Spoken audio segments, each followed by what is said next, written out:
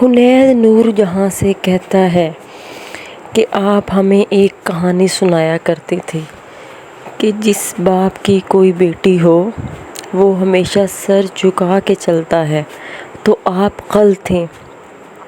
جس باپ کی بیٹی ہو وہ سر اٹھا کر چلتا ہے، اور مجھے اپنی بیٹی پر بہت فخر ہے۔ وہ اپنی بیٹی کو لے کر گھر سے چلا جاتا ہے۔ جب سفینہ گھر سے نکلنے لگتی ہے تو وہ نور جہاں سے کہتی ہے کہ جتنی نفرت آپ میری بیٹی سے کرتی ہیں اس سے کئی زیادہ نفرت میں آپ سے کرتی ہوں۔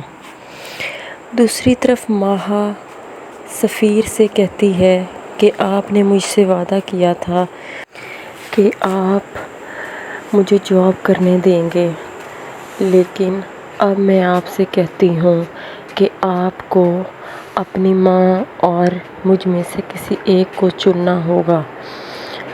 اگر آپ ایسا نہیں کریں گے تو میں آپ کے بیٹے کو آپ سے ہمیشہ کے لیے جدا کر دوں گی۔ جب یہی بات سفیر نور جہاں سے کرتا ہے تو نور جہاں کہتی ہے کہ اپنی بیوی کو بتا دو کہ وہ جاب نہیں کرے گی، جس پر سفیر اپنی بیوی کو لے کے الگ ہو جاتا ہے۔ مراد شاہ نور جہاں سے اپنی محبت کا اظہار کرتا ہے تو نور جہاں کہتی ہے کہ یہ وہ قمیض ہے جو میرے باپ نے اس وقت پہنی تھی جب آپ لوگوں نے اسے مارا تھا، اور اب تک وہ قمیض میرے پاس ہے، میں اس بات کو نہیں بھولی، اور میں اب تم سے مزید جھوٹی محبت کا دعویٰ نہیں کر سکتی۔ اس پہ مراد شاہ کہتا ہے کہ کون سی جھوٹی محبت؟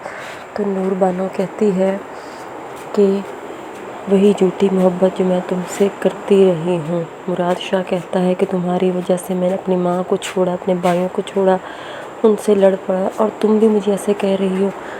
تو اس پر نور بانو کہتی ہے کہ ایسا ہی تو میں چاہتی تھی کہ جس طرح سے تمہاری ماں نے میرے باپ کو مروایا اسی طرح سے میں اس کے بیٹوں کو اس کے سامنے اس کے ساتھ لڑتا ہوا دیکھوں۔ جس پر مراد شاہ کہتا ہے کہ اس زندگی سے بہتر ہے کہ تم مجھے اپنے ہاتھوں سے گولی مار دو۔ بہتر تو یہی ہوگا کہ نور بانو مراد شاہ کو معاف کر دے، لیکن اب دیکھتے ہیں کیا انجام ہوتا ہے۔ آخر پہ نور جہاں بالکل اکیلی رہ جاتی ہے، اکیلی سالگرہ منا رہی ہوتی ہے، تو اس کو خیال آتا ہے کہ کاش میری بھی کوئی بیٹی ہوتی، جب بیٹے مجھے چھوڑ کے چلا گیا تھے تو میرے سہارا دینے والی ہوتی۔ کیا آپ کو نور جہاں کا یہ انجام اچھا لگا؟ اپنی قیمتی رائے کا اظہار کمنٹ سیکشن میں کیجیے۔